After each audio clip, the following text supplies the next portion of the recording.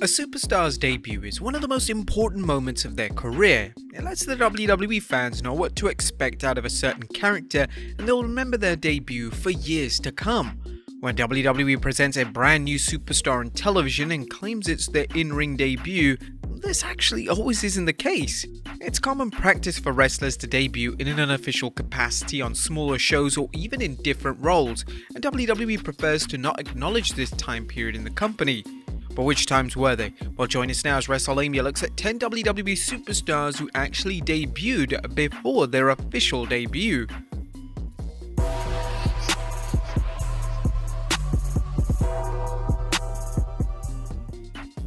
Be sure to subscribe and hit that notification bell for daily wrestling videos, and follow us on Facebook for exclusive lists. Number 10. Robert Roode. Robert Roode has made his official WWE debut back in 2016, and since his debut, Roode has made moderate success in WWE, having won the NXT, US, and tag titles. However, what fans often forgot about is that Roode actually appeared in WWE 15 years prior. Between the years of 2001 and 2004, Roode appeared on a number of shows such as Jacked, Metal, and Heat, and his main role was that of an enhancement talent. Roode also featured as a police officer during the segment to the build towards The Undertaker and Triple H at Wrestlemania 17, over a decade before Roode would have a close working relationship with Triple H himself. Number 9. Samoa Joe. Long before Samoa Joe was choking out people in TNA, he actually appeared in WWE. Well, that was when it was the WWF. Yeah, that's right, Joe appeared on WWE television over 20 years ago. Joe would wrestle in February of 2001 in a match against S.A. Rios on Jacked, and Joe actually put him over. Joe would notably sport a completely different look for the match, and from winning the match, it was clear that Joe wasn't ready to be a big star yet. He eventually debuted in WWE 14 years later, but it's always fun to look back at his unofficial WWE debut just to see how much the former NXT champion has changed. Number 8. MVP. One certain segment on SmackDown in 2005 featured the unofficial debuts of two future WWE stars. The segment was a Kurt Angle Invitational, and his opponent for this would be none other than future Undisputed Era member Roderick Strong. This was Strong's first ever appearance on television, and he actually wouldn't appear again on television till over a decade later.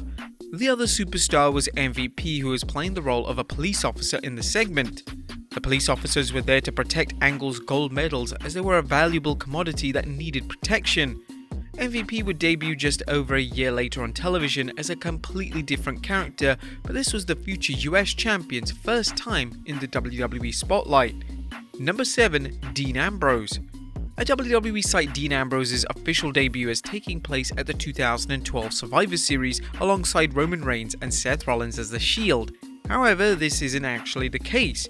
Between the years of 2006 and 2007, Ambrose made a number of appearances on television as an enhancement talent. The first of these came in early 2006 when Ambrose teamed with Brad Taylor to take on Eminem in a match on Velocity. His other two matches included a handicap match against The Big Show, which he naturally lost, and a match against Val Venis. For the match with Venus, Ambrose dyed his hair pink, which certainly made him stand out amongst the crowd, but not necessarily for the right reasons.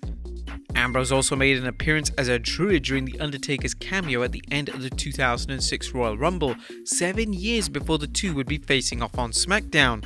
Number 6. Daniel Bryan. Daniel Bryan is widely regarded as being one of the most popular stars of the modern era in WWE.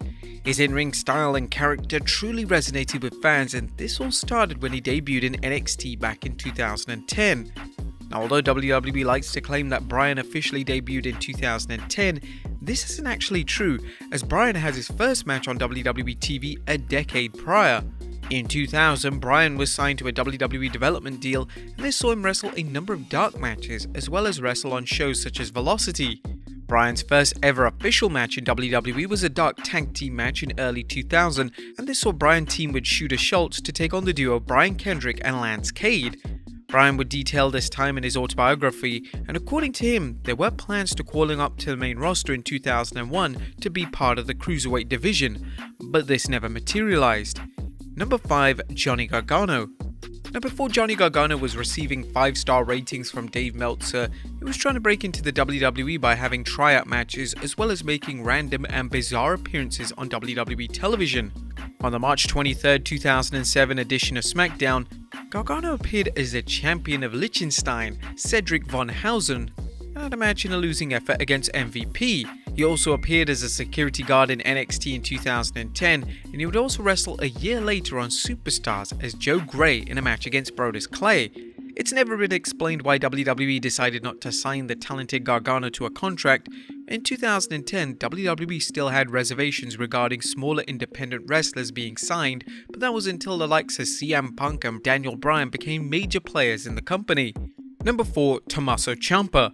A former NXT champion, Tomaso Champa, perhaps one of the most infamous unofficial debuts in WWE. He first appeared on screen in the summer of 2005, portraying a character known as Thomas Whitney. Whitney would act as one of Muhammad Hassan's lawyers, and at the time of the segment taking place, Hassan was in the midst of a feud with The Undertaker. The segment concluded with Ciampa being tombstoned by The Undertaker in a truly memorable first appearance for the WWE star.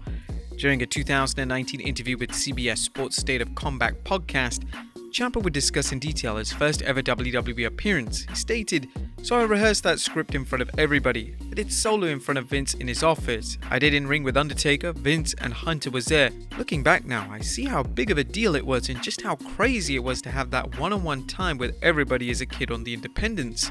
It was wild. Everybody treated me incredibly well. I remember they didn't like the suit that I had on, so they went and bought me a suit and let me keep it."